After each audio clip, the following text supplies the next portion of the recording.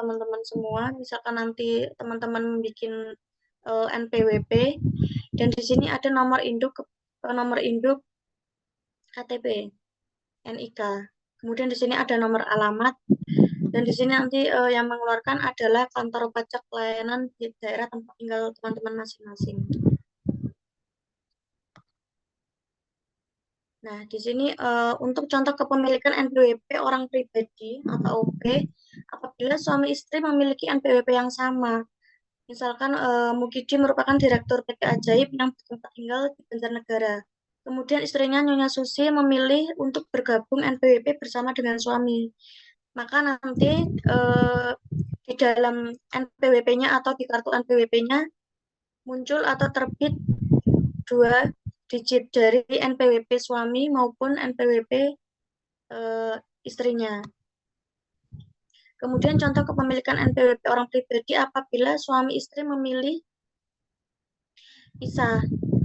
Jadi untuk nomor pokok wajib pajaknya itu bisa memilih untuk memiliki NPWP sendiri. Jadi misalkan si sang istri, si Nyonya Susi ini ingin memilih untuk memiliki NPWP sendiri, itu nanti di nomor pokok wajib pajaknya dia digitnya berdiri sendiri, tidak bergabung di NPWP suami.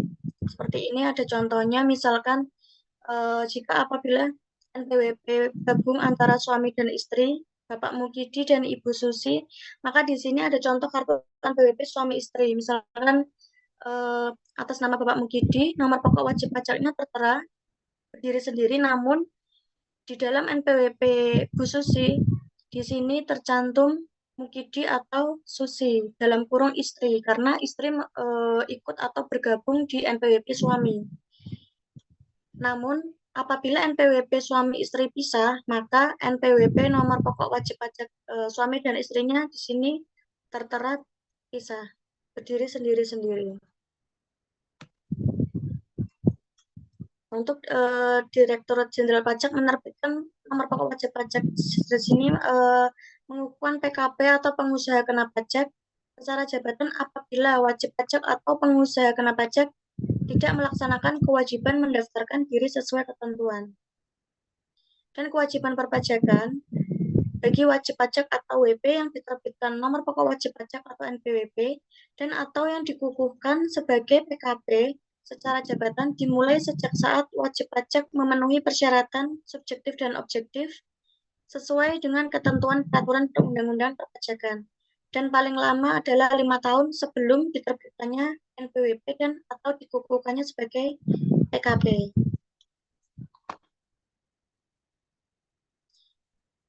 Dan di sini terkait konsekuensi kepemilikan NPWP. Misalkan diterbitkan tanggal 1 Januari 2021, NPWP terdaftar, maka seluruh kewajiban pajak harus dipenuhi. Jadi misalkan teman-teman yang sudah bekerja atau yang sudah memiliki penghasilan sendiri dan ingin membuat NPWP atau nomor pokok wajib pajak, itu wajib ketika NPWP tersebut sudah didaftarkan, maka NPWP tersebut sudah aktif dan teman-teman wajib untuk melaporkan SPT atau surat pemberitahuan pajak untuk tiap tahun. Jadi seluruh kewajiban pajak harus dipenuhi.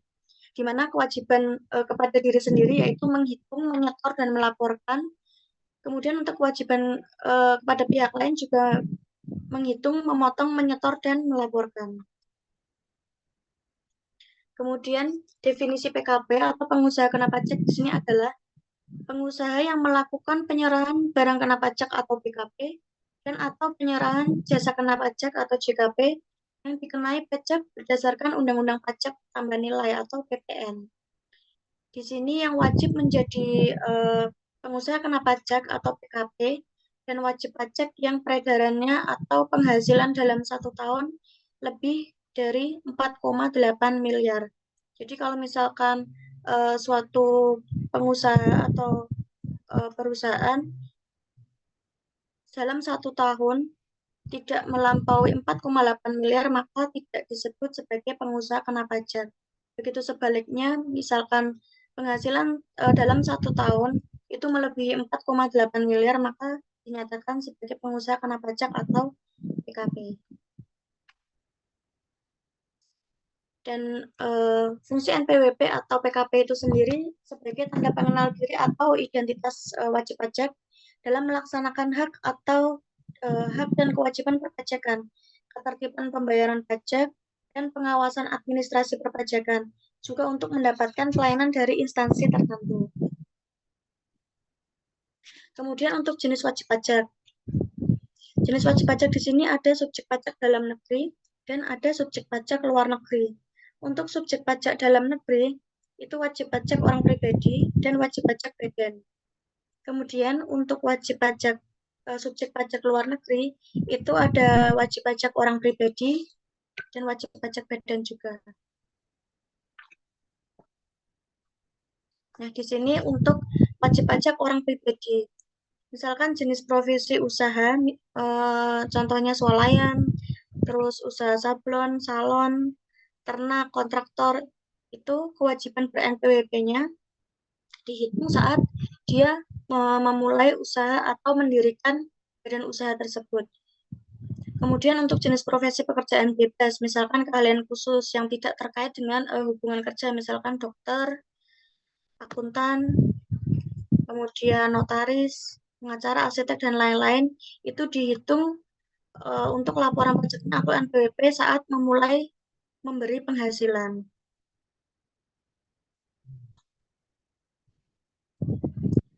Mungkin saya terlalu cepat untuk menjelaskannya ya teman-teman.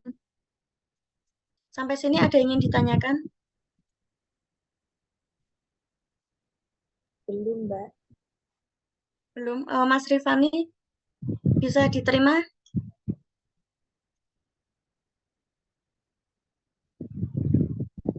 Terlalu cepat, Mbak. Oh, terlalu cepat. Oh ya. Iya. Tapi bisa dipahami? Bisa. Atau misalkan teman-teman ada yang kurang jelas, nanti bisa misalkan mau saya ulangin lagi, silakan disampaikan aja ya. Siap, Mbak. Oke, saya lanjutkan. Kemudian untuk wajib pajak orang pribadi yang selanjutnya, dengan jenis profesi pekerjaan seperti karyawan, buruh, itu untuk kewajiban BNPWP-nya saat penghasilan melebihi PTKP. Penghasilan tidak kena pajak. Kemudian untuk jenis profesi lainnya, misalkan adanya sewa bunga, dividen, hadiah, dan royalti, itu nanti kewajiban NPWP-nya menyesuaikan sesuai profesi yang ada di perusahaan tersebut.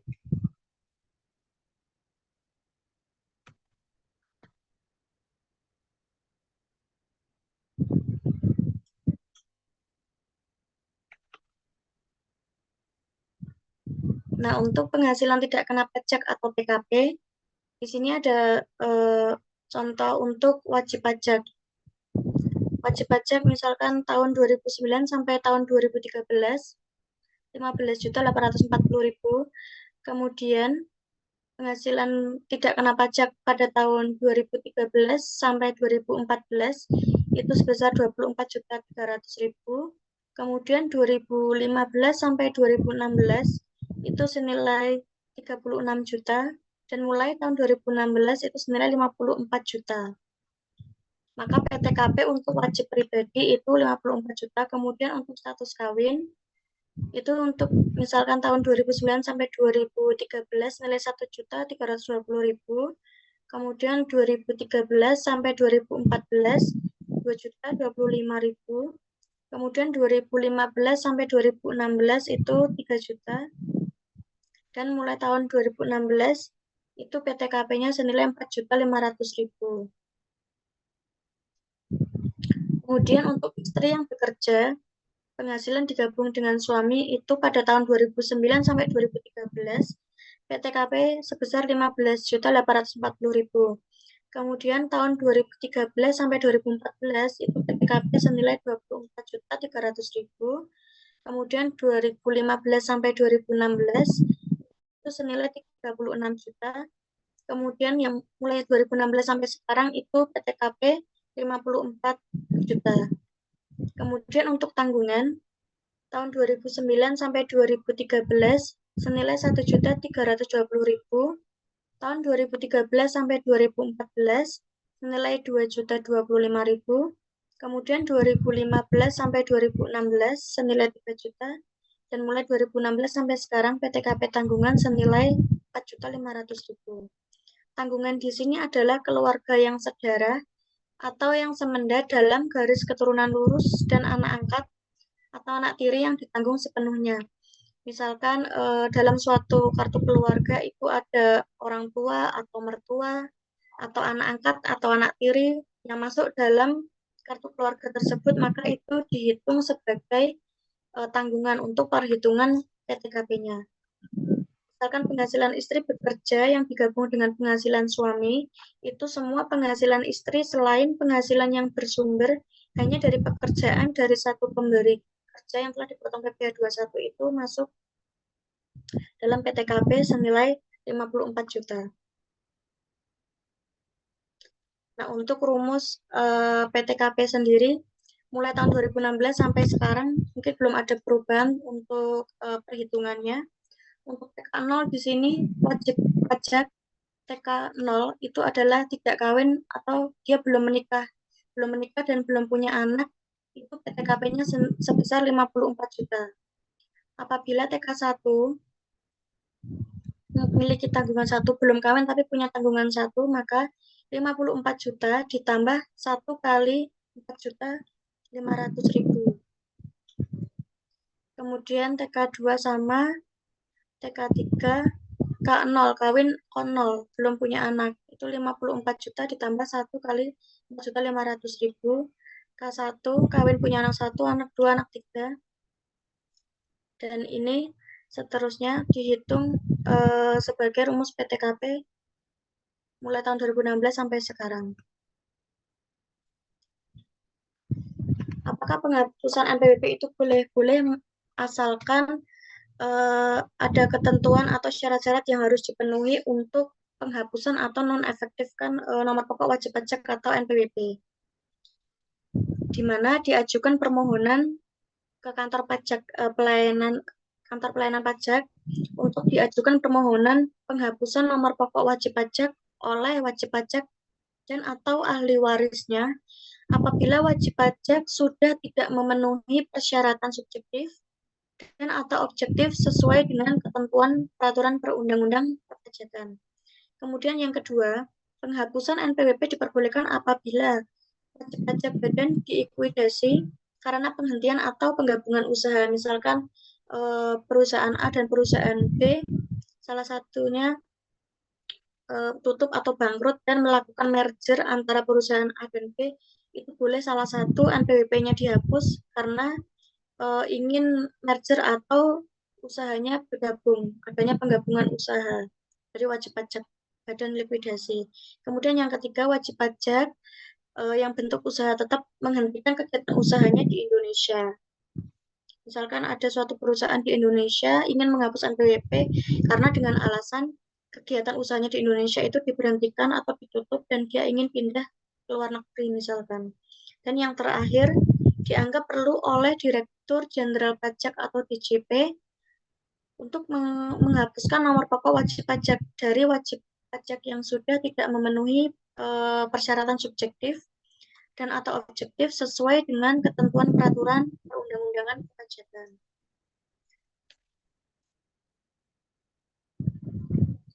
Kemudian saya lanjutkan untuk materi di modul. Mungkin teman-teman sudah dapat softfile modulnya semua atau ada yang belum dapat? Mungkin nanti sambil disimak modulnya juga yang sudah di-share di grup ya. Terkait nomor pokok wajib pajak tadi sudah saya jelaskan dalam PPT. Apakah sudah terlihat ini modulnya?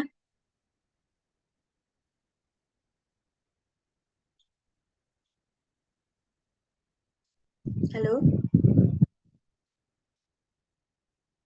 Belum, Mbak. Belum terlihat. Iya.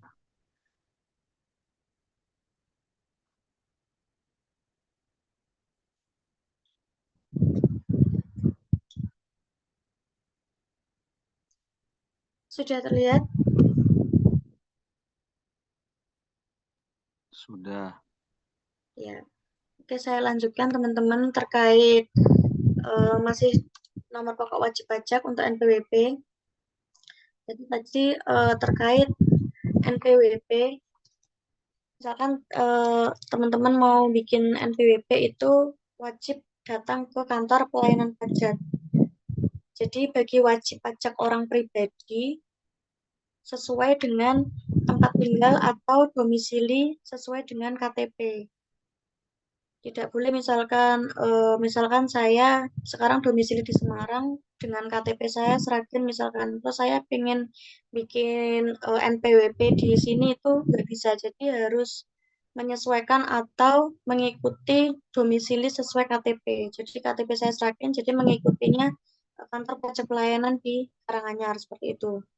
Kemudian apabila memiliki usaha, maka sesuaikan dengan tempat usaha. Misalkan ingin membuat NPWP, itu misalkan sudah memiliki usaha, itu usahakan untuk sesuai dengan tempat usaha itu berdiri. Karena nantinya teman-teman pasti akan diminta untuk melaporkan SPT atau laporan pajak tiap tahun, penghasilan atau pendapatan yang teman-teman peroleh dari usaha teman-teman untuk melaporkan pajaknya. Kemudian untuk wajib pajak badan, itu tempat kedudukan atau pendiriannya itu juga harus disesuaikan dengan domisili. Dan ketika untuk wajib pajak badan, ini misalkan teman-teman memiliki cabang usaha, itu untuk membuat NPWP-nya itu disesuaikan dengan tempat cabangnya. Misalkan teman-teman memiliki usaha di Semarang, terus memiliki eh, cabang di Kendal misalkan. Jadi NPWP usaha teman-teman yang di Semarang tetap didaftarkan di Semarang menyesuaikan alamat atau domisili usaha teman-teman. Dan misalkan teman-teman punya usaha badan atau perusahaan tersebut di Kendal. Jadi teman-teman juga harus membuat NPWP itu mengikuti domisili tempat usaha teman-teman. Misalkan di Kendal ya, teman-teman bikinnya di Kendal seperti itu di kantor pajak pelayanan setempat.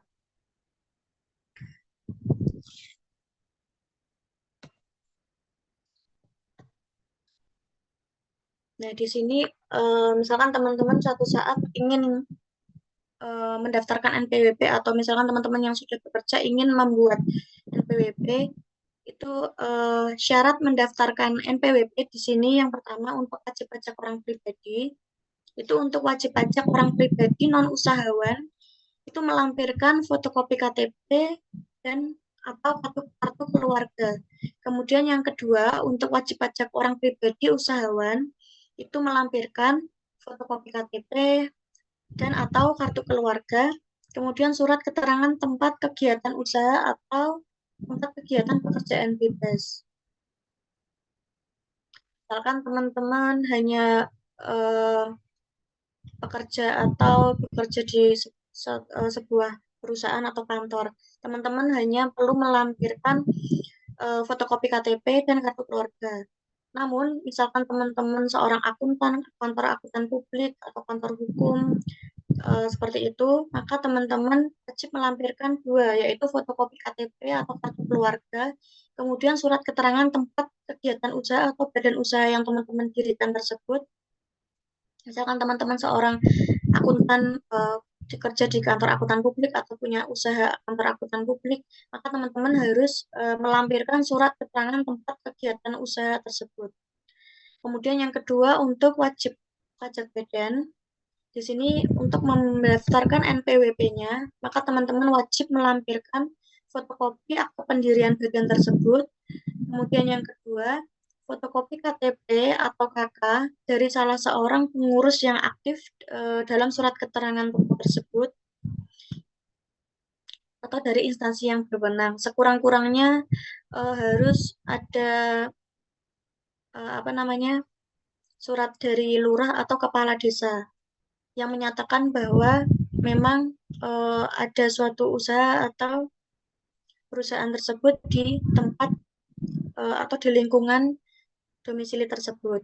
Kemudian yang ketiga, untuk bendaharawan sebagai wajib pajak pemungut atau pemotong dengan melampirkan fotokopi surat penunjukan sebagai bendaharawan, kemudian yang kedua melampirkan fotokopi KTP bendaharawan. Mungkin sampai sini teman-teman ada yang ingin ditanyakan terkait eh, apa itu NPWP, terus syarat mendaftarkan NPWP, terus penghapusan NPWP. Mbak izin bertanya, Ya, siapa ini yang bertanya? Dela ya? Adinda Mbak, Oh, Adinda. Ya, gimana? apa benar akan adanya peraturan bahwa semua karyawan harus mempunyai NPWP sendiri? Apa sanksinya jika tidak memiliki NPWP? Mohon jelaskan ya Mbak. Oh ya, untuk pertanyaannya itu memang mungkin kedepannya semua yang memiliki NIK itu wajib NPWP ya, karena kan memang sekarang pun eh, mungkin dari tahun kemarin itu sudah ada namanya pemadanan NIK dipadankan dengan nomor pokok wajib pajak. Jadi memang untuk karyawan itu memang harus wajib memiliki NPWP karena nantinya suatu eh, karena nantinya apa namanya satu karyawan atau semua karyawan itu pasti nanti kan mendapatkan penghasilan. Nah, dari penghasilan tersebut pasti nanti suatu perusahaan itu akan melaporkan SPT tahunan untuk tiap karyawan yang bekerja di suatu perusahaan tersebut. Nah, maka memang karyawan itu wajib memiliki NPWP karena memang kita kan ini ya warga Indonesia itu memang wajib wajib memiliki nomor pokok wajib pajak ya. Dan kalau misalkan kita tidak punya atau kita tidak melaporkan itu memang ada sanksi yang memang sudah ada dalam atau yang dikeluarkan oleh Direktorat Jenderal Pajak. Bisa sanksi administrasi berupa denda, misalkan suatu perusahaan aja, misalkan dalam 1 tahun dia tidak melaporkan pajak atau tidak melaporkan SPT tahunan itu pasti nanti akan diberikan sanksi atau denda. Misalkan kalau untuk SPT tahunan, untuk PPh, pajak penghasilan wajib pribadi badan ya, kayak misalkan perusahaan-perusahaan badan, itu misalkan dia nggak melaporkan dalam 1 tahun, itu bisa dikenakan sanksi administrasi berupa denda yang diatur dalam pasal 7 ayat 1, itu apabila SPT tidak disampaikan dalam jangka waktu atau batas waktu perpanjangan, maka dia dikenakan atau perusahaan tersebut dikenakan sanksi administrasi berupa denda. Kalau misalkan SPT masa PPh PPh wajib badan itu mungkin dendanya 1 juta, mungkin sekitar 1 juta. Kemudian untuk orang pribadi itu misalkan dia telat atau nggak melaporkan apa namanya SPT tahunan itu bisa dikenakan sanksi denda sebesar 100.000. Mungkin seperti itu Mbak Dinda. Jadi memang wajib ya, misalkan nanti Mbak Dinda misalkan mungkin saat ini belum bekerja, tapi suatu saat nanti misalkan bekerja, pasti kan dapat penghasilan itu dari perusahaannya. Nah, pasti nanti dari perusahaannya itu meminta Mbak Adinda untuk membuat NPWP itu wajib. Karena nantinya suatu perusahaan tersebut akan melaporkan data-data karyawan-karyawan di perusahaan tersebut untuk dilaporkan ke apa namanya ini ya ke kantor pajak ini ya karena kan sudah terdaftar apalagi sudah punya NIK itu pasti wajib untuk memiliki NPWP seperti itu. Nah mungkin ada yang lain terkait sanksi denda misalkan tidak dilakukan itu bisa aja misalkan ya si wajib pajak orang pribadi itu misalkan telah meninggal dunia itu nggak diberikan sanksi maksudnya NPWP ini kan seumur hidup ya, kayak nomor induk ke ini ya kependudukan. Jadi kalau misalkan seorang wajib pribadi kayak kita seperti ini, ya misalkan saya selama pertama kali bekerja itu sudah punya NPWP, maka ya selamanya NPWP saya ini aktif dan saya tiap tahun harus melaporkan atau harus menyampaikan SPT tahunan ke Direktorat Jenderal Pajak dengan mengisi di aplikasi DJP itu ya melaporkan pajak. Jadi mendapatkan surat SPT dari kantor, terus kita laporkan pajak. Itu wajib karena kita sudah memiliki NPWP, maka NPWP tersebut akan aktif seumur hidup kita.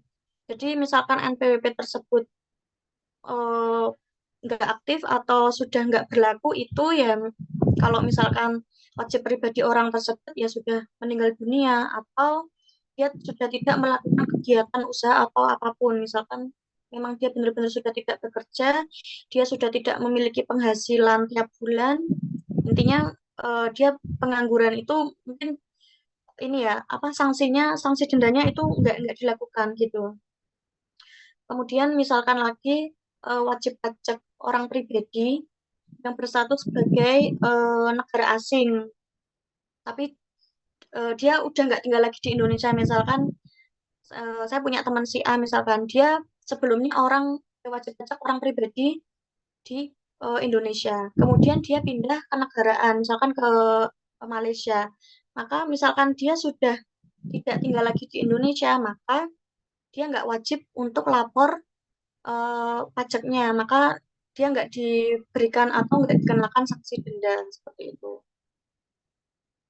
Terus untuk sanksi denda, misalkan jika tidak dilakukan sanksi itu ada lagi, misalkan wajib pajak tersebut tidak melakukan usaha lagi tadi ya udah. Terus kemudian ada juga wajib pribadi, misalkan dia terkena bencana dan ketentuannya itu diatur di peraturan menteri, misalkan dia benar-benar sudah nggak bisa untuk bekerja, ya tadi ya misalkan dia sudah tidak mencukupi untuk melakukan pekerjaan, nah itu kalau dia tidak melaporkan pajak karena memang dia tidak berpenghasilan, itu tidak dikenakan sanksi denda. Tapi kalau misalkan seperti kita seperti ini, misalkan sudah bekerja, kita sudah punya NPWP dan kita tidak melaporkan, ya kita akan kena sanksi atau kena denda seperti itu. Mungkin teman-teman yang lain ada yang ingin ditanyakan lagi? Gitu ya, Mbak Adinda. Ada yang ingin Ya, Mbak, ditanyakan terima lagi? kasih. Ya, sama-sama.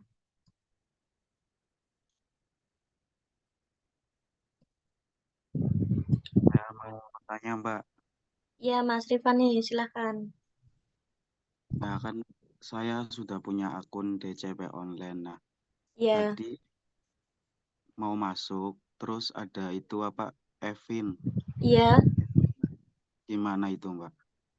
Oh, Evin itu kan ini ya, kalau misalkan kita pertama kali bikin NPWP, itu pasti kan ada aktivasi lewat email ya, Mas Rifani. Waktu itu, Mas Rifani Ya, domisilinya mana? domisili Tegal, Bu. Oh, Tegal. Jadi waktu bikin NPWP itu Mas Rifani eh, datang ke kantor kantor pelayanan pajak KPP-nya atau lewat online waktu itu bikin Lewat NPWP? lewat online. Oh, lewat online. Waktu itu sudah dapat apa namanya aktivasi email dari KPP setempat. Biasanya kalau kita habis daftar NPWP, daftar NPWP, itu biasanya dari KPP-nya itu mengirimkan kode EVIN. Kayak ada kode angka tersendiri, kode EVIN, nah itu nanti kode EVIN-nya itu nanti diaktifkan. Baru nanti kalau setelah diaktifasi atau diaktifkan untuk masuk ke atau login ke ini aplikasi DJP-nya Mas Rifani. Waktu itu Mas Rifani sudah mengaktifkan atau mengaktifasi nomor EVIN-nya belum? Lupa, Bu. Oh, Sudah coba lama di soalnya. Iya, tadi jadi baru mau masuk. Ternyata apa harus ke KPP, Bu? ya, memang kalau misalkan Mas Rifani waktu itu sudah daftar NPWP kan pasti di email atau di spam, biasanya kalau nggak masuk di kotak masuk itu biasanya masuknya di spam. Itu nanti dicek aja ada email dari KPP setempatnya nggak mengirimkan nomor EVIN-nya.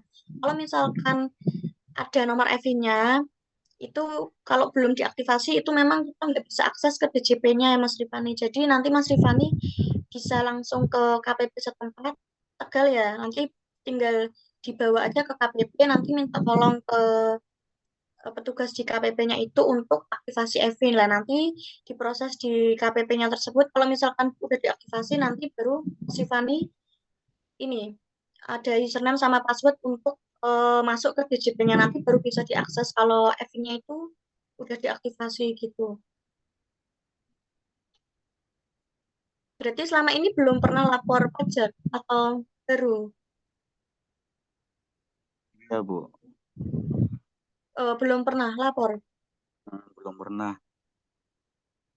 Oh ya, coba besok ini aja ditanyakan ke KPP-nya di sambil bawa syaratnya tadi aja, siapa tahu nanti ditanyakan KTP, KK itu kan sama. Tapi kartu NPWP-nya udah dapet ya. Kayak misalkan di email itu Oh, kan dapat iya, dapat iya filenya ya. dapat dari email, Bu, ya. Oh ya, itu nanti ditunjukkan aja misalkan sudah dapat nomor pokok wajib pajaknya, tapi untuk EV-nya belum diaktifasi. Nanti minta tolong dibantu apa namanya di pihak dari pihak KPP-nya nanti akan mengaktifasi EV-nya, nanti baru Mas Rifani bisa login ke ini sistem DJP-nya gitu. Oke, Bu, terima kasih. Ya, sama-sama Mas Rifani. Mungkin teman-teman yang lain terkait NPWP ada yang ingin ditanyakan?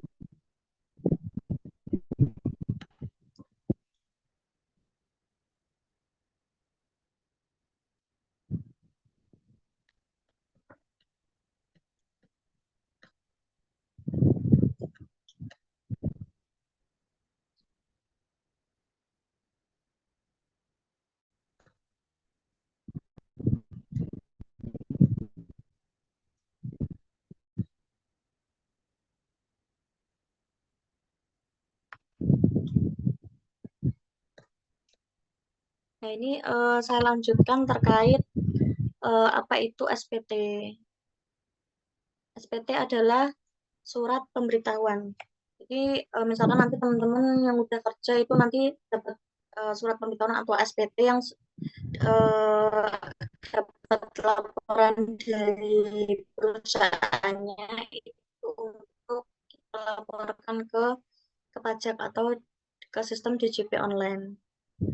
Di sini diatur dalam Undang-Undang HPP, setiap wajib pajak wajib mengisi surat pemberitahuan atau SPT dan menandatangani secara biasa atau tanda tangan elektronik atau tanda tangan digital sesuai dengan peraturan Menteri Keuangan dan menyampaikan SPT ke kantor pajak tempat wajib pajak terdaftar atau tempat wajib pajak dikukuhkan. Di mana untuk melaporkan SPT itu ada batas waktu penyampaian SPT masa. Di mana di sini ada beberapa jenis pajak untuk batas waktu penyampaian masing-masing jenis pajaknya. Di sini yang pertama ada pajak penghasilan pasal 21, di mana untuk menyampaikan SPT atau surat pemberitahuan pemotong PPh pasal 21, batas waktu penyampaiannya itu paling lambat 20 hari setelah masa pajak berakhir. Teman-teman di sini ada yang tahu eh, batas waktu penyampaian PPh pasal 21 itu bulan apa?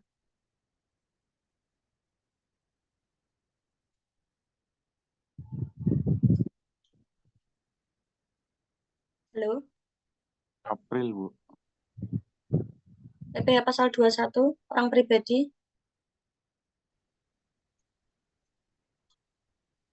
Kalau nggak salah April, ya, Bu. Maret April. Ya, jadi untuk batas waktu penyampaian PPh pasal 21 itu paling lambat 20 hari setelah masa pajak berakhir. Jadi kalau lewat dari itu ya tadi kita kena sanksi denda karena sudah telat atau dianggap tidak melaporkan SPT masa. Kemudian yang kedua, PPh pasal 22 impor. Yang menyampaikan SPT di sana adalah bea cukai, di mana batas waktu penyampaiannya adalah 14 hari setelah masa pajak berakhir. Kemudian yang ketiga, jenis pajak PPh atau pajak penghasilan pasal 22 yang menyampaikan SPT di sini adalah bendaharawan pemerintah dengan batas waktu penyampaian 14 hari setelah masa pajak berakhir.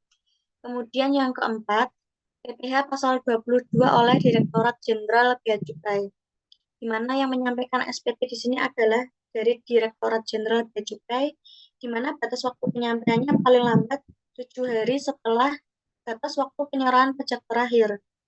Kemudian yang kelima ada jenis pajak PPh pasal 22 yang menyampaikan SPT adalah pihak yang melakukan penyerahan. Di mana batas waktu penyampaiannya paling lambat 20 hari setelah masa pajak berakhir. Kemudian pajak penghasilan pasal 22 bagian tertentu yang menyampaikan SPT pihak yang melakukan penyerahan dengan batas waktu penyampaian paling lambat 20 hari setelah masa pajak berakhir. Kemudian ada pajak penghasilan pasal 23 di mana yang menyampaikan SPT adalah pemotong PPh pasal 23 dengan batas waktu penyampaian paling lambat 20 hari setelah masa pajak berakhir. Kemudian untuk jenis pajak PPh pasal 25 yang menyampaikan SPT adalah wajib pajak yang mempunyai NPWP dengan batas waktu penyampaian paling lambat 20 hari setelah masa pajak berakhir. Dan untuk jenis pajak PPh pasal 26 yang menyampaikan SPT adalah pemotong PPh pasal 26 di mana batas waktu penyampaiannya paling lambat 20 hari setelah masa pajak berakhir. Kemudian untuk pajak tambahan nilai PPNBM, pajak pendapatan dan penghasilan biaya materai, ini yang menyampaikan SPT adalah pengusaha kena pajak dengan batas waktu penyampaiannya paling akhir di bulan berikutnya. Kemudian jenis pajak PPN dan PPNBM, Direktorat Jenderal Bea Cukai, yang menyampaikan SPT adalah Bea Cukai dengan batas waktu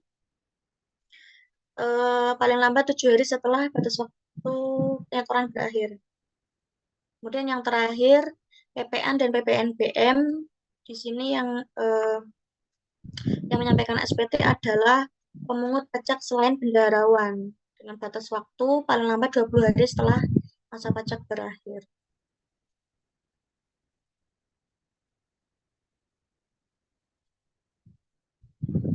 Kemudian untuk SPT tahunan,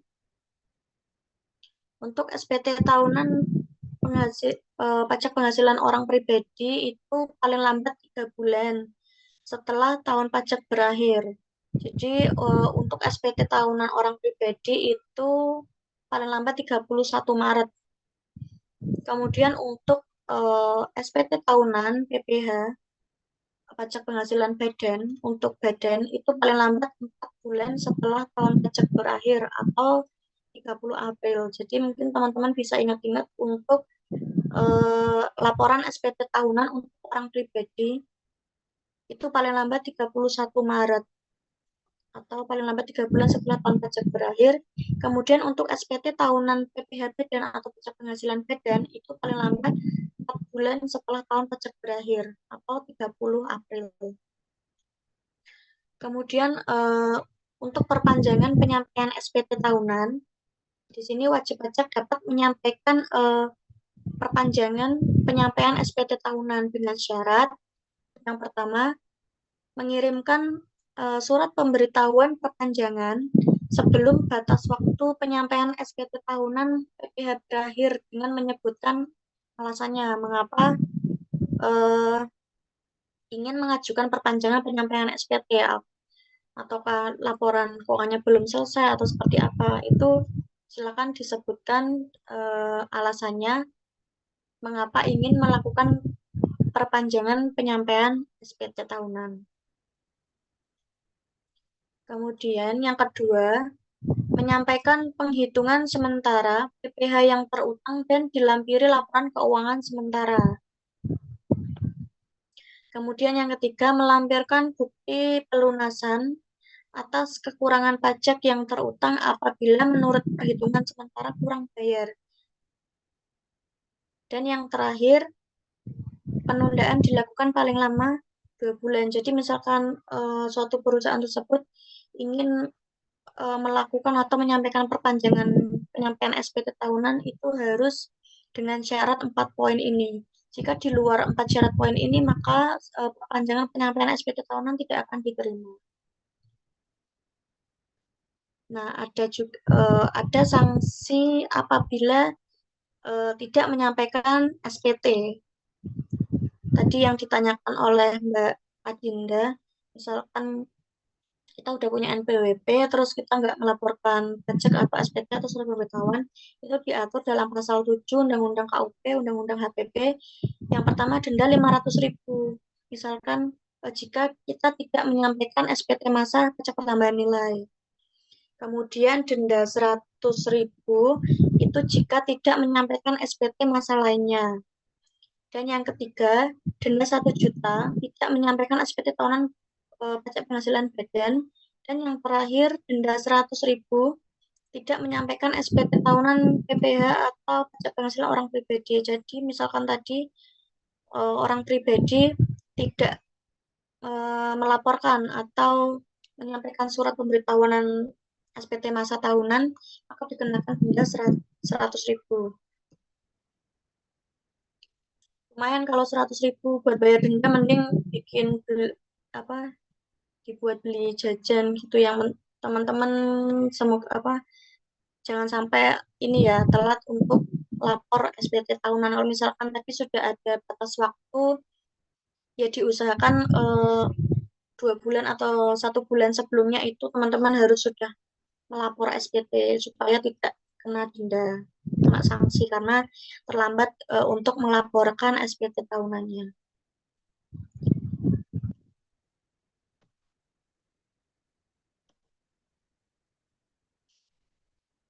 Kemudian yang selanjutnya, misalkan teman-teman ingin melakukan pembetulan SPT, itu bisa dilakukan asal dengan syarat untuk wajib pajak yang ingin membetulkan SPT itu misalkan ada kurang bayar dari laporan keuangan atau adanya kekeliruan dalam ngisi. Jadi misalkan teman-teman tadi ingin lapor pajak, itu kan masuk di sistem BJP online. Jadi di situ teman-teman diminta untuk mengisi kolom-kolom.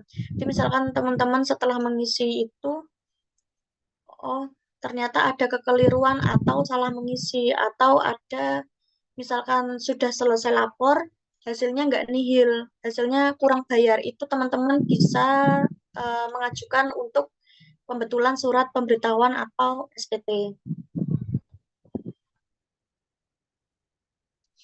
Dengan oh ya, untuk pembetulan SPT itu juga bisa dilakukan untuk wajib pajak itu atas kemauan sendiri, itu dapat membetulkan SPT yang sudah disampaikan atau yang sudah kita laporkan ke sistem BJP online itu dengan menyampaikan atau kita dengan membuat surat pernyataan bahwa uh, terdapat kekeliruan atau salah pengisian atau terjadinya kurang bayar akibat pembetulan SPT. Itu nanti juga akan dikenakan sanksi bunga berapa persen kalau misalkan nanti adanya pembetulan SPT yang belum dilakukan pemeriksaan, itu wajib pajak dapat membetulkan SPT. Jadi nanti adanya pembetulan SPT tersebut dikenakan sanksi bunga sebesar berapa persen dalam sebulan sesuai dengan peraturan Menteri Keuangan dan dihitung mulai saat penyampaian SPT tahunan berakhir sampai dengan tanggal pembayaran.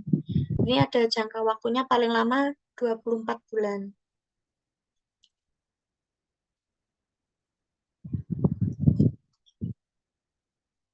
Kemudian untuk pembetulan SPT tahunan juga untuk wajib pajak itu bisa membetulkan sendiri SPT tahunannya yang mengakibatkan adanya utang pajak menjadi lebih besar. Jadi misalkan wajib pajak itu misalkan ingin membetulkan SPT-nya atau surat pemberitahuannya yang diakibatkan adanya utang pajak itu besar, itu juga bisa dilakukan pembetulan SPT atau surat pemberitahuan. Dan misalkan adanya sanksi, itu juga sanksinya berupa bunga sebesar tarif bunga per bulan. Jadi misalkan tarif bunga per bulannya itu kira-kira 5%, yaitu nanti misalkan untuk perhitungannya sanksinya itu dihitung misalkan sejak penyampaian SPT berakhir itu sampai dengan tanggal pembayaran, itu jadi nanti dihitung penuh dalam waktu 1 bulan. Jadi misalkan tarif bunga acuannya itu misalkan 5%, lah nanti tinggal tarif bunga per bulannya itu ditambah 5%, baru dibagi 12 atau dibagi 12 bulan atau 1 tahun, seperti itu. Terus kemudian kalau misalkan untuk ini pembetulan SPT masa itu juga sama, wajib pajak itu membetulkan sendiri SPT masanya yang mengakibatkan utang pajak itu menjadi lebih besar. Dan misalkan nggak lapor itu juga dikenai sanksi administrasi berupa bunga sebesar tarif bunga per bulan yang sudah ditetapkan dalam peraturan Menteri Keuangan atas jumlah pajak yang kurang bayar dan dikenakan paling lama 24 bulan ya. Dan itu baru nanti bagian dari 1 bulan itu tadi dihitung penuh 1 bulan. Jadi misalkan sama untuk sanksi bunganya 5% lah, nanti baru tarif bunga acuannya berapa, nanti ditambah 5%, baru dibagi 12 bulan atau dalam 1 tahun. Dan itu untuk pembetulan SPT masa sendiri itu dihitung sejak jatuh tempo pembayaran sampai dengan tanggal pembayaran berikutnya. Dengan masa paling lama dihitung penuh itu dalam 1 bulan dan paling lama itu 24 bulan. Jadi misalkan untuk pembetulan SPT ya, walaupun sudah dilakukan misalkan kita sudah melakukan pembetulan SPT nih ke kantor pajak pelayanan atau ke Direktorat Jenderal Pajak. Jadi kalau misalkan kita sudah melakukan pembetulan SPT, walaupun sudah dilakukan tindakan pemeriksaan itu sudah dilakukan, sudah dicek data yang kita ajukan itu dari surat pernyataan yang kita ajukan itu sudah dicek, sudah diperiksa, tapi belum dilakukan tindakan penyidikan, maksudnya belum ada tindak lanjut atas apa yang sudah kita sampaikan terkait kita ingin melakukan pembetulan SPT. Nah, itu terkait adanya ketidakbenaran yang dilakukan wajib pajak itu masuk dalam pasal 38. Jadi misalkan kok kita sudah mengajukan pembetulan SPT, kok nggak ada tindakan pemeriksaan atau belum dilakukan tindak penyidikan, itu bisa saja data yang kita sampaikan itu datanya tidak benar atau ada data yang memang tidak sesuai. Jadi mereka tidak bisa memproses SPT yang kita ajukan untuk dibetulkan gitu. Jadi diatur dalam pasal 38 itu memang kalau misalkan tidak ada kesesuaian data atau ketidakbenaran perbuatan wajib pajak tersebut, pembetulan SPT yang kita ajukan itu nggak akan dilakukan penyelidikan atau diproses.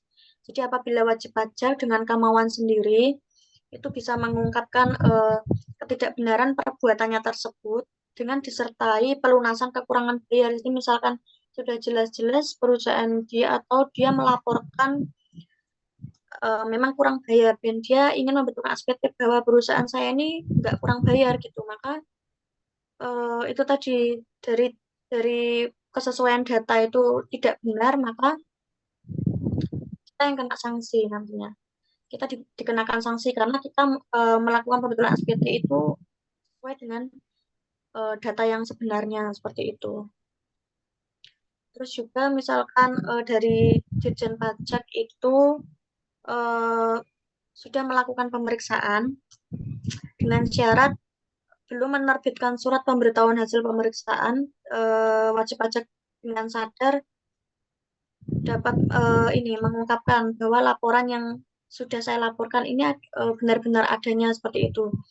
Dan kalau misalkan dalam laporan dari yang sudah diajukan itu tidak benar atau tidak sesuai dengan pengisian SPT atau surat pemberitahuan yang telah disampaikan, itu dapat mengakibatkan atau ketidaksesuaian data itu dapat mengakibatkan ada poin-poin yang misalkan pajak-pajak yang masih harus dibayar itu menjadi lebih besar. Harusnya misalkan yang sebenarnya waktu kita lapor itu kurang bayarnya cuma 50.000 misalkan. Terus kita mengajukan pembetulan SPT, kita bilang bahwa kita nggak kurang bayar kok Pak gitu. Kita di situ surat pernyataannya kita tulis kita harusnya nihil, kita nggak kurang bayar sekian gitu. Jadi misalkan data tersebut sudah dicek, sudah diselidiki itu tidak benar datanya, maka itu bisa mengakibatkan pajak yang kita bayar itu menjadi lebih besar atau bisa saja menjadi lebih kecil seperti itu. Kan akan merugikan perusahaan kita sendiri. Jadi harus diperhatikan misalkan saat lapor SPT tahunan itu betul-betul dicek untuk mengisi formulir-formulirnya itu benar-benar harus diperhatikan karena nanti juga akan berpengaruh ke perusahaan kita sendiri atau misalkan wajib pajak orang pribadi ya nanti ke diri kita sendiri misalkan nanti ada kesalahan dalam penginputan ya nanti misalkan kena sanksi denda ya kita sendiri yang rugi seperti itu. Dan ruginya ini juga berdasarkan ketentuan perpajakan. Bisa aja kita ruginya sedikit. Kalau rugi sedikit, rugi sebesar itu sebenarnya ya kita nggak pengen rugi ya. Kalau lapor pajak itu kalau misalkan kita pengen nggak kena sanksi, kita nggak ada pengen dapat rugi itu ya diusahakan saat lapor pajak kita ya harus sesuai dengan ketentuan. Misalkan paling lambat orang pribadi tadi ya bulan Maret ya kita jauh-jauh hari kita harus lapor sebelum batas penyampaian SPT tahunan tersebut. Misalkan 31 Maret ya kita sebelum 31 Maret kita udah lapor gitu. Misalkan kalau pajak Britain ya April ya kita sebelum bulan April kita juga sudah lapor seperti itu. Terus misalkan untuk pajak yang kurang bayar itu juga timbul karena akibat dari pengungkapan ketidakbenaran dari pengisian SPT tersebut. Jadi sebagaimana diatur dalam ayat 4 itu adanya sanksi administrasi berupa bunga sebesar tarif bunga per bulan yang ditetapkan oleh Menteri Keuangan. Jadi memang misalkan kita punya kurang bayar tadi ya misalkan kurang bayarnya sekian atau misalkan 50.000 atau 100.000 gitu itu memang harus dilunasi gitu oleh wajib pajak. Misalkan orang pribadi ya dia harus melunasi kurang bayarnya berapa gitu.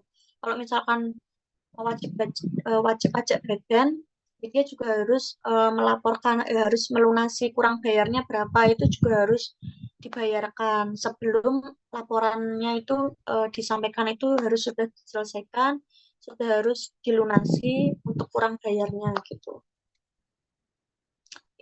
Untuk SPT selanjutnya terkait pembetulan SPT ya. Untuk terkait pembetulan SPT itu misalkan kita wajib pajak orang pribadi itu misalkan menerima surat ketetapan pajak, terus ada surat keputusan keberatan, terus surat keputusan pembetulan, adanya putusan banding dan putusan peninjauan kembali pajak itu yang sebelumnya ada beberapa tahun pajak sebelumnya itu yang menyatakan misalkan perusahaan itu rugi misalkan rugi fiskal itu ya untuk pembetulan SPT misalkan perusahaan tersebut tadi dia memang ingin membetulkan SPT-nya karena dia rugi fiskal misalkan yang telah dikompensasikan itu dinyatakan dalam SPT tahunan itu dapat dibetulkan dalam waktu jangka 3 bulan. Jadi misalkan suatu perusahaan tersebut dia mengalami kerugian, jadi mengalami kerugian itu dia bisa dalam pelaporannya misalkan ada kekeliruan tadi, dia bisa melakukan pembetulan SPT atau surat pemberitahuan itu selambat-lambatnya dalam jangka waktu 3 bulan. Jadi misalkan perusahaan tersebut melaporkan adanya pembetulan itu harus segera dilaporkan dalam jangka waktu 3 bulan setelah menerima surat ketetapan pajak dan surat keputusan keberatan, terus ada juga surat keputusan pembetulan SPT tadi, terus ada putusan banding dan putusan peninjauan kembali. Nah, syarat-syarat tersebut itu dikeluarkan oleh Direktorat Jenderal Pajak apabila belum melakukan tindakan pemeriksaan. Tapi kalau misalkan kita sudah mengajukan pembetulan, terus belum adanya tindakan, itu kita bisa mengajukan lagi dalam jangka waktu 3 bulan, seperti itu. Terus untuk jatuh tempo pembayaran dan penyetoran pajak. Di sini diatur dalam pasal 9 ayat 1 itu peraturan Menteri Keuangan menentukan tanggal jatuh tempo untuk pembayaran dan penyetoran pajak yang terutang. Itu. Jadi suatu saat atau masa pajak bagi masing-masing jenis pajak itu paling lama 15 hari. Paling lama 15 hari untuk jatuh tempo pembayaran dan penyetoran pajaknya. Jadi setelah saat pajak terutang atau berakhirnya masa pajak tersebut, paling lama 15 hari itu untuk jatuh tempo pembayaran atau penyetoran pajaknya. Dan misalkan ada kurang bayar tadi, ini kekurangan pembayaran pajak dalam SPT tahunan, misalkan kekurangan bayarnya itu tercantum dalam SPT yang terutang dalam SPT, itu harus dibayar lunas sebelum SPT tahunan PPh tersebut disampaikan. Nah, terkait pembetulan SPT juga, itu ada sanksi administrasi berupa bunga. Jadi, misalkan suatu badan atau orang wajib pribadi itu melakukan pembayaran atau penyetoran pajak yang dilakukan setelah tanggal jatuh tempo dari jatuh tempo pembayaran atau penyetoran pajak, itu akan dikenakan sanksi administrasi berupa bunga, yaitu bunganya sebesar tarif bunga per bulan yang ditetapkan oleh Menteri Keuangan dan dikenakan paling lama itu 24 bulan, jadi selama 2 tahun. Jadi dikenai sanksi administrasi berupa bunga itu dikenakan paling lama itu 24 bulan. Dan disertai untuk dari bulan tersebut dihitung 1 bulan. Jadi misalkan dihitung dari tanggal jatuh tempo pembayaran, misalkan orang pribadi itu kan bulan Maret. Jadi misalkan dihitung dari tanggal jatuh tempo pembayaran, dia sampai dengan tanggal pembayarannya dia belum bayar, sampai jatuh tempo, itu kenakan paling lama 24 bulan dikenai sanksi administrasi berupa bunga. Jadi bunga tersebut sebesar tarif bunga per bulan. Mungkin dari sini sebelum saya lanjutkan lagi, ada yang ingin ditanyakan teman-teman terkait pembetulan SPT dan sanksi-sanksi denda, misalkan kita tadi nggak bayar pajak, terus misalkan kita telat bayar pajak, terus salah misalkan pembetulan SPT, itu ada yang ingin ditanyakan?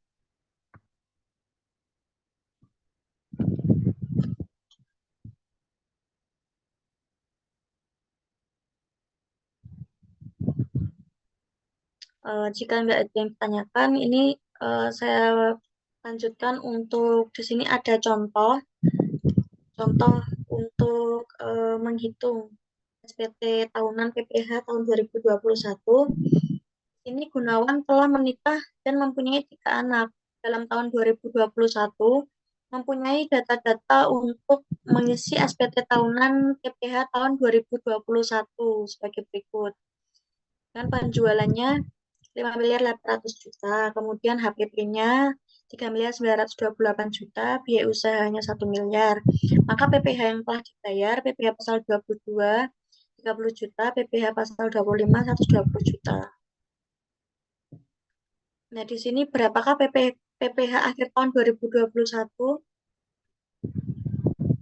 Pada waktu memasukkan SPT tanggal 31 Maret 2022, maka di sini dihitung PPh akhir tahun, PPh pasal 29 saat memasukkan SPT atau surat pemberitahuan orang pribadi pada tanggal 31 Maret 2022, penjualan. Jadi Gunawan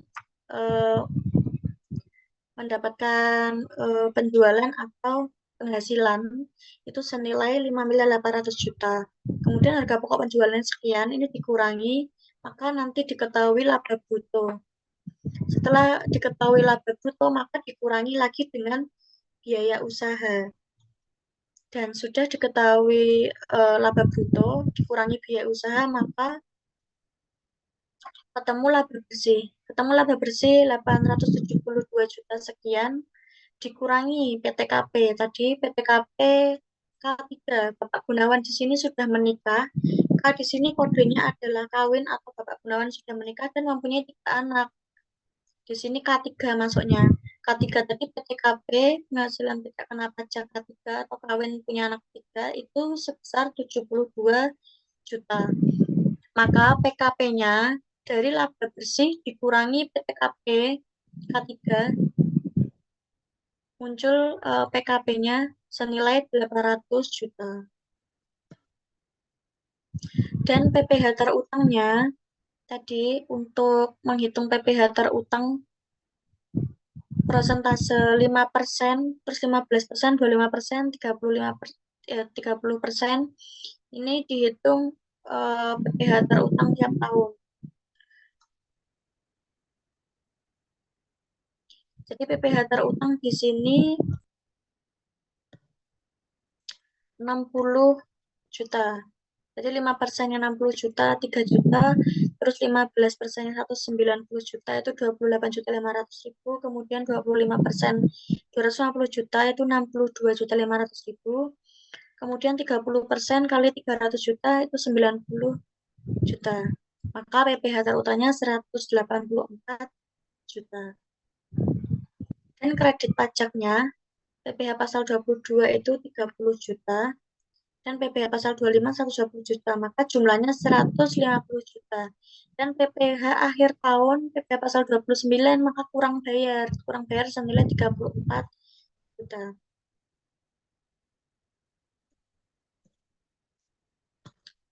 Kemudian untuk jatuh tempo pembayaran pajak, yang tadi sudah saya sampaikan, paling lambat melakukan pembayaran untuk jenis pajak PPh pasal 21, itu selambat-lambatnya tanggal 10 di bulan berikutnya setelah masa pajak berakhir. Kemudian untuk PPh pasal 22, pajak pertambahan nilai dan PPNBM impor, itu harus dilunasi sendiri oleh wajib pajak bersamaan dengan saat pembayaran biaya masuk. Dan apabila pembayaran biaya masuk ditunda atau dibebaskan, maka harus dilunasi pada saat penyelesaian dokumen impor.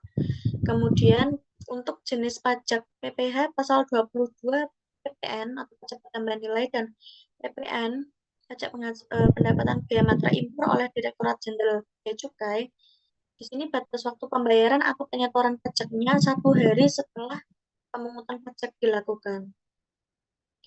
Kemudian untuk PPh pasal 22 bendaharawan pada hari yang sama dengan pelaksanaan pembayaran. Kemudian untuk PPh pasal 22 dari penyerahan oleh Pertamina, itu batas waktu pembayaran atau penyetoran pajaknya dilunasi sendiri oleh wajib pajak sebelum surat perintah pengeluaran barang itu ditebus. Kemudian jenis pajak PPh pasal 22 yang dipungut oleh badan tertentu paling lambat tanggal 10 bulan takwin berikutnya. Kemudian yang selanjutnya untuk PPh pasal 23 dan 26, PPh pasal 23 dan 26 itu selambat-lambatnya tanggal 10 bulan takwin berikutnya setelah bulan saat terutang pajak. Dan PPh pasal 25 itu selambat-lambatnya tanggal 15 bulan takwin berikutnya setelah masa pajak berakhir. Untuk PPh pasal 29 paling lambat tanggal 25 bulan ketiga setelah tahun pajak berakhir. Dan PPN pajak pertambahan nilai dan PPNBM penghasilan biaya materai ini selambat-lambatnya akhir bulan di bulan berikutnya. Kemudian PPN dan PPNBM bendaharawan itu selambat-lambatnya tanggal 7 bulan takwin berikutnya setelah masa pajak berakhir. Kemudian untuk PPN dan PPNBM oleh pemungut selain bendaharawan, itu selambat-lambatnya tanggal 15 bulan takwin berikutnya setelah masa pajak berakhir. Dan untuk STP, SKPKB, SKPKBT, SK pembetulan, putusan banding, paling lambat 1 bulan sejak tanggal diterbitkan. Ini tadi beberapa jatuh tempo sudah saya sampaikan sebelumnya tadi, tapi nanti teman-teman bisa dibaca lagi di modulnya. Kemudian untuk keterlambatan pembayaran tadi akan dikenakan bunga sebesar ini 2% sebulan untuk seluruh masa yang dihitung sejak saat jatuh tempo. Jadi apabila wajib pajak itu mengalami kesulitan atau mengalami keadaan di luar kekuasaan, itu dapat mengajukan permohonan untuk mengangsur atau menunda pembayaran pajak dengan syarat. Yang pertama itu permohonan harus diajukan secara tertulis paling lambat 15 hari sebelum jatuh tempo pembayaran. Kemudian yang kedua itu permohonan harus menyebutkan alasan-alasan seperti kesulitan likuiditas atau keadaan di luar kekuasaan. Kemudian yang terakhir, keputusan terhadap permohonan dapat berupa menerima seluruhnya atau sebagian maupun penolakan. Jadi misalkan wajib pajak mengalami kesulitan likuiditas dan mengalami keadaan di luar kekuasaan, misalkan benar-benar dia belum bisa membayar atau ingin mengangsur atau menunda pembayaran, itu bisa dilakukan dengan syarat tiga hal ini. Dan angsuran atau penundaan ini itu diberikan tidak lebih dari 12 bulan dengan catatan tetap kena bunga. Dan bunganya itu tadi sebesar 2% apabila ada keterlambatan pembayaran ataupun sama menunda pembayaran atau keterlambatan pembayaran itu kena bunga 2% seperti itu. Mungkin sampai sini teman-teman ada yang ingin tanyakan? Karena ini mungkin materinya sudah selesai. Mungkin nanti untuk pertemuan besok ya, untuk besok mungkin nanti akan dilanjutkan oleh pematerian selanjutnya terkait pajak penghasilan nanti. Nah, untuk ketentuan umum perpajakan mungkin secara garis besarnya seperti ini teman-teman yang sudah saya sampaikan. Semoga teman-teman bisa paham atau bisa menerima apa yang sudah saya sampaikan. Atau nanti bisa teman-teman pelajari di modul yang sudah panitia berikan di grup yang sudah kita share. Nanti juga materi yang dari PPT nanti juga akan saya share supaya teman-teman bisa pelajari nanti ke depannya untuk ujian, untuk bahan ujian. Misalkan nanti teman-teman ada yang ingin ditanyakan, nanti bisa ditanyakan di grup, nanti kita discuss lagi. Mungkin teman-teman ada yang ditanyakan dari materi yang sudah saya sampaikan malam hari ini.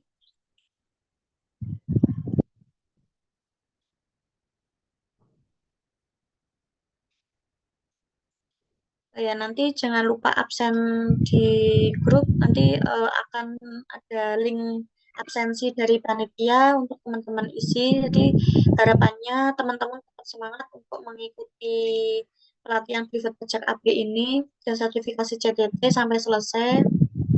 Supaya nanti teman-teman betul-betul ini mendapatkan ilmu yang bermanfaat. Terus juga misalkan teman-teman bisa melanjutkan untuk menjadi konsultan pajak atau meneruskan sertifikasi lainnya. Kalau sudah punya sertifikat privat pajak, insya Allah nanti untuk jenjang karirnya teman-teman juga ke depannya sangat terbantu. Kalau misalkan teman-teman sudah punya sertifikat privat pajak, apalagi nanti misalkan teman-teman dapat sertifikasi atau sertifikat tax technician juga, nanti teman-teman bisa mengisi atau mengikuti pelatihan-pelatihan yang lain seperti itu.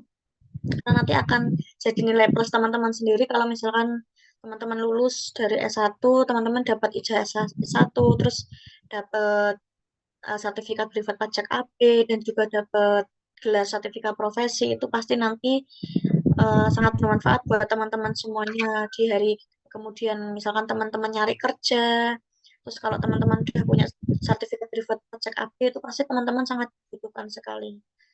Seperti itu. Mungkin ada yang ingin ditanyakan lagi sebelum saya tutup untuk pelatihan malam hari ini? Mungkin teman-teman juga sudah ingin istirahat seperti itu.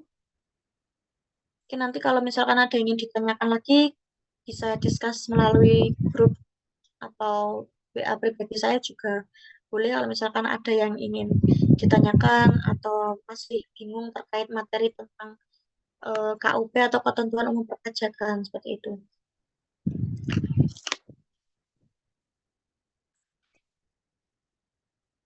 Atau cukup?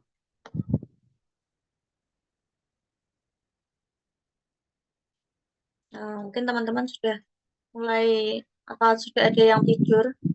Mungkin terima kasih waktunya teman-teman sudah mau hadir untuk pelatihan privat pajak hari ini.